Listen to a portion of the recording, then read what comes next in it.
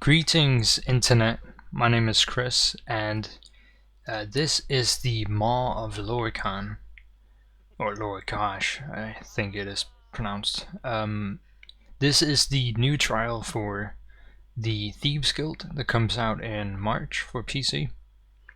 And this trial here is quite interesting because it's quite unlike the other trials in the game so far, because it has a normal and a veteran mode. And what you'll be seeing in the majority of this video is the normal mode. There are 3 bosses and 5 encounters, which means that there are 5 chances to get special gear. During the normal version means you can get only the new trial gear from the very last boss. So what you can see here is one of the, well, this is actually the very first pull, and these enemies, as you can tell, have a lot of health. On normal mode they have about 1 million health each. On veteran mode they have about 2.5 million. And they're quite tough even on normal mode, and on veteran mode it's kind of ridiculous with some of the pulls. So anyway, I'm gonna be showing you all the boss fights in normal mode, and I'm also going to show you the first boss fight on veteran mode, where we get the boss to 40% health, which is actually quite an achievement considering just how tough it is and how little practice we've had. So right here you can just see part of the story. I don't understand it all too well just yet because I haven't really followed along, but if you played the Reaper's March zone, you'll know about the Dromothra, which are these sort of shadow beings that are supposedly servants of Nemira, who is one of the Daedric princes. And they've basically corrupted all these Khajiit monks in this temple. So here you can see this is the first boss. I don't know how to say that. Shadhasa? Shadhasa? I don't know. Let's just call him the Forgotten. So anyway, this guy has a few interesting mechanics, most of which you won't see on normal mode. He puts up these pillars, as you can see right there in front of me.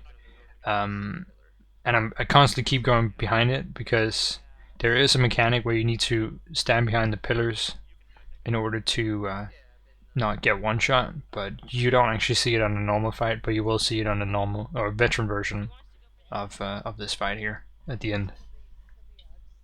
So yeah, because normal mode is pretty easy and you can DPS a lot of the bosses down, we don't actually get to see all the mechanics.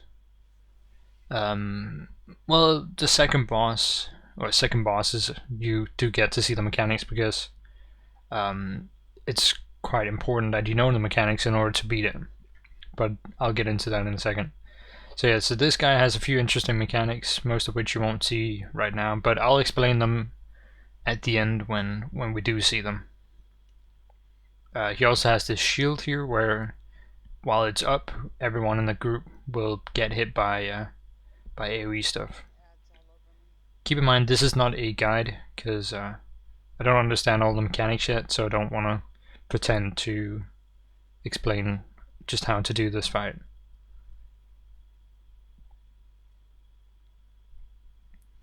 So yeah, you can also see most of us are wearing the new trial gear.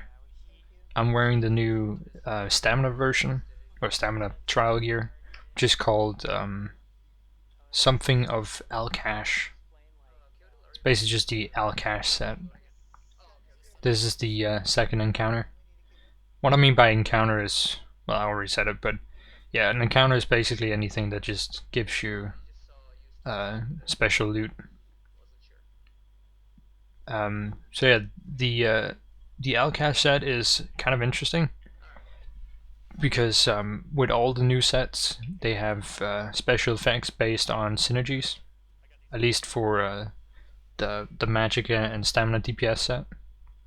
For the Alkash one, the synergy, or when you synergize something, you sort of do like this AoE shockwave, that does damage to everyone around you and puts a dot on them.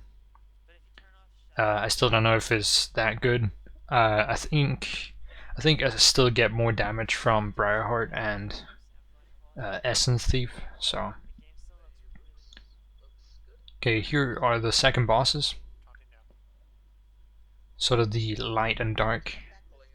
And the room itself is shaped like a circle with a line going through it. Sort of to symbolize, I think, the sun and the moon. And basically what happens is that everyone in a group, well, we split the group in half, and then everyone next to the light boss will get a light buff, and everyone next to the dark boss will get a dark buff. And then the tanks swap bosses, which means everyone with the light buff will be hitting the dark boss, and everyone with the dark buff will be hitting the light boss. And this is very important because if we have the dark buff and hit the dark boss, we won't do much damage. And you'll see this in a moment when we try to kill an NPC while having the dark buff. And this is quite an interesting fight because you have to constantly swap the bosses back and forth, and you have to remain on your right side, and you also have to oh, this is a blast, by the way, where we're supposed to stay on our side. And you also have to make sure you don't kill the bosses too far apart. They have to be killed fairly close to each other, otherwise everyone in the room will wipe. You see, now we've got the dark buff and we're swapping. As you can also tell by the damage, it is quite low. So yeah, we have the dark buff now, so we're hitting the light boss. And then basically just do that back and forth.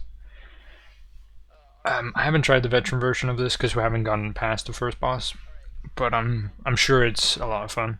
You can see here we try to kill the dark ad, but we also have the dark buff, so we don't do that much damage to it. But yeah, I really like the fights in here. Even on normal, they're really interesting, even though you can DPS through most of the mechanics. Here you can see he's giving us the light buff again. Yep, and I think we have the light buff now. It's kind of hard to tell because I think the effect is... oh, there it is. Okay, it was just kind of delayed. So yeah, we swapped them again, and then we just keep doing that. You see, we almost killed him, and then the leader calls out to execute, and we execute on both ends. But yeah, as I said, this is a really interesting trial. Even on normal mode, it still offers a challenge. It still requires mechanics. You can DPS through some of the mechanics, but not all of them, which is really important because if you can just DPS through a mechanic, it makes the mechanic sort of redundant. And I'm also glad to see there's no Manticora or Flesh Sculptor like fights, where the fights are based on RNG or some completely convoluted and stupid mechanic. The reason why I've never done a guide for ESO, despite having a lot of footage to show you, is that it's just such a stupid mechanic on the first boss that even if I give you a guide on how to do it and you watch that guide 100 times, you won't know what to actually do in order to beat it. Here's a another room. This is not an encounter, but there was an encounter just before we entered here. But this is just another ad pull.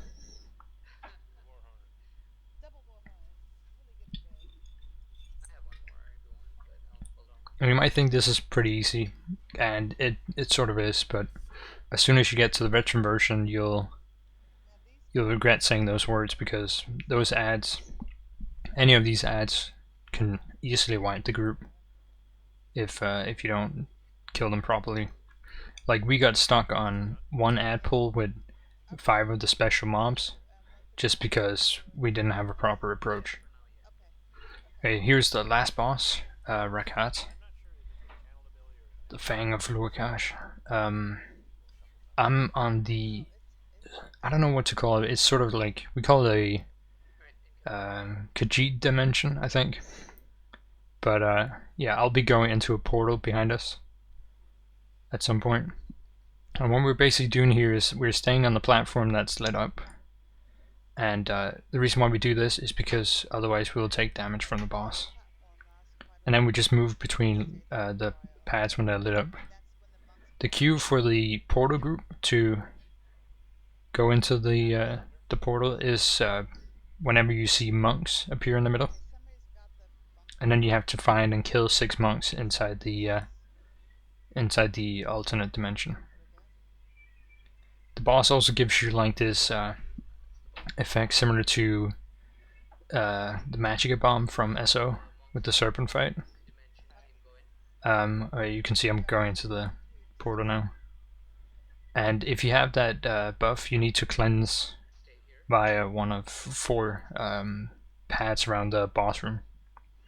So what you do for the portal room is basically you have this constant synergy up here, and when you're close to one of these lamps, you hit the synergy, and if there is a monk nearby, it will reveal the monk, and you can then kill the monk. So right there, that was one. And that monk will then disappear from the middle. And basically you have 1 minute to kill 6 monks. So we sent 3 people into this portal to find them quickly. Because at this point, this is I think our 3rd try in here. 3rd or 4th. If you don't do it within the minute, everyone inside this dimension here will get sucked into the ground and killed. But you see we cleared it now, and now we get like this dot on us, so we need to leave the portal. And then we need to cleanse. You can see I go to one of the pads. And then we just go back to the group again. And then you basically repeat that. And then when the boss gets to 10% health, it's basically just a burn phase. And then after that, that's the end of the dungeon, or the trial, I mean. So if you look towards the left right now, in the back, you'll see monks appearing. There they are. So I'm already running to the middle, but I'll get sucked out pretty instantly because the boss gets to 10% health, which I think is really nice. It kind of reminds me of the Mafala fight on what is that? Fungal Grotto, I think. Where if you go into the spider portal, you get sent out, so you don't get stuck in there. So you can see, and the boss goes down. Boop. So while it is sort of challenging, it's not super hard to do if you're a seasoned group like this one. I'm running with Nightfighters here, and they're really good players, so the normal mode is not that much of a challenge. I still think it's kind of nice, and it's definitely good for people who want to practice the mechanics and people who just want to beat the normal mode and see the place. Okay, here is the first boss on retro mode, and you can already tell he has a lot more health. He has 41 million health, which is quite a lot, and you have to consider we get him down to 40% health, which is insane. Just to compare it, the serpent for Sanctum Ophidia has 13 million health. So there's a very big gap between those. But having a lot of health doesn't necessarily mean it's a bullshit mechanic. I actually think it's quite a few good mechanics in this one. I'll just call them out as soon as they appear on the screen. You can also tell I'm trying to synergize a lot to trigger my 5Ps from the cache. You can see here's one of the mechanics, the cleanse.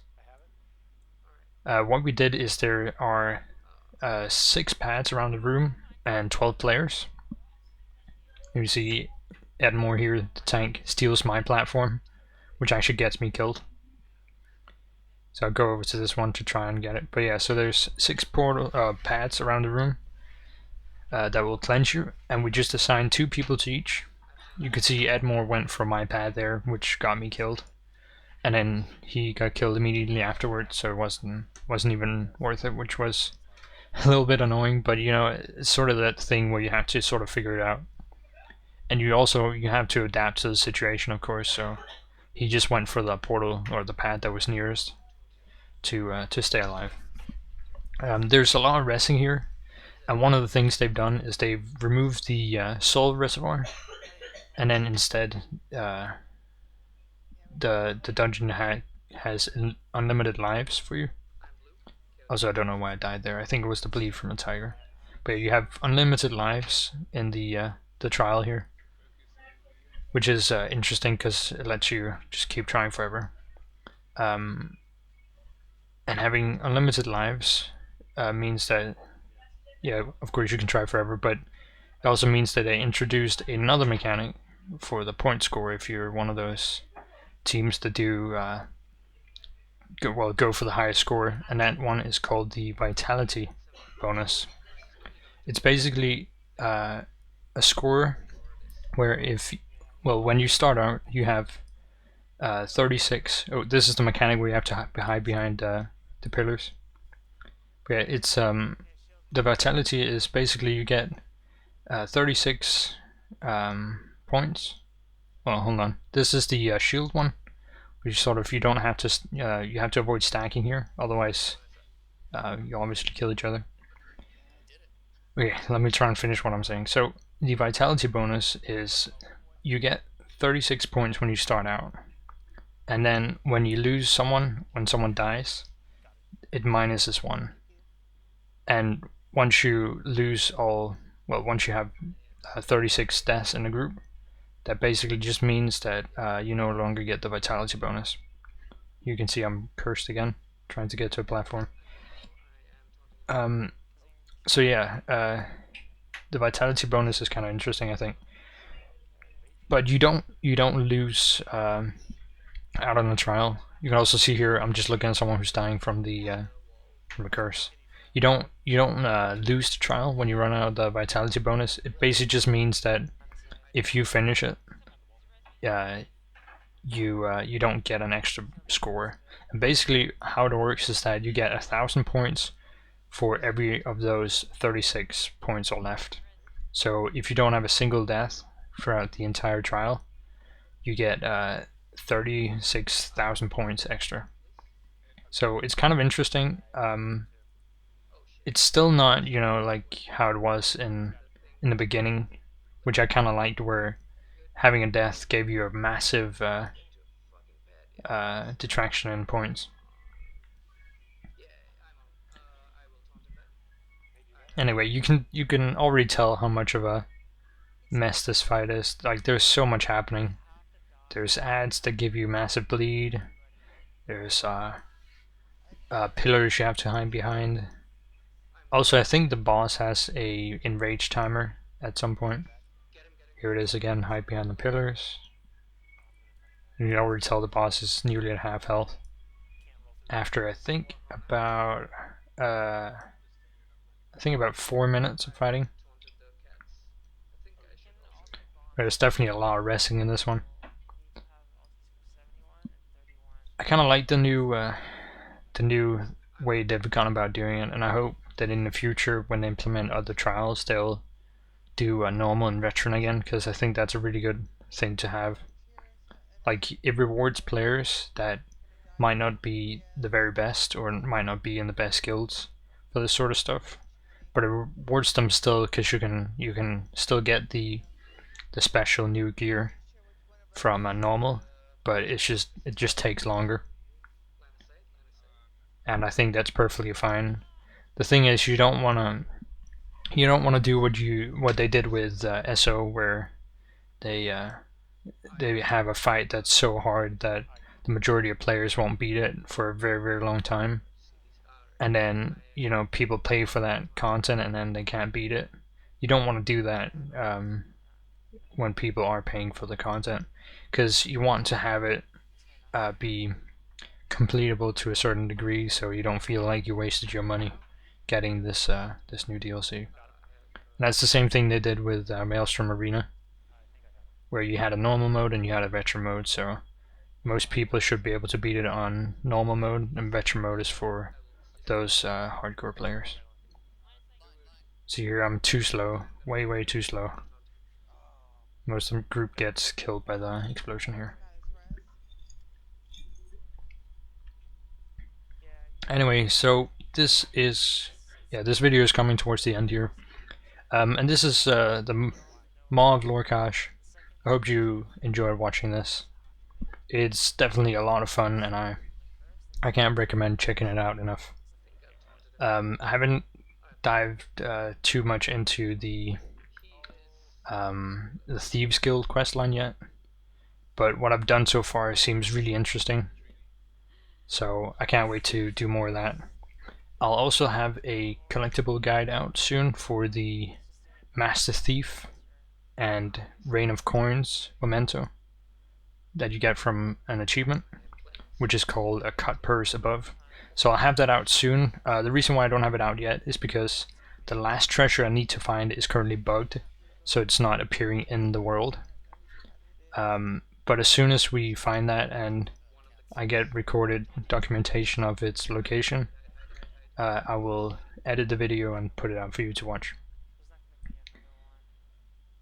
And there are some of those treasures that are really hard to find, so it's definitely going to be something you wanna use if you're having trouble with it.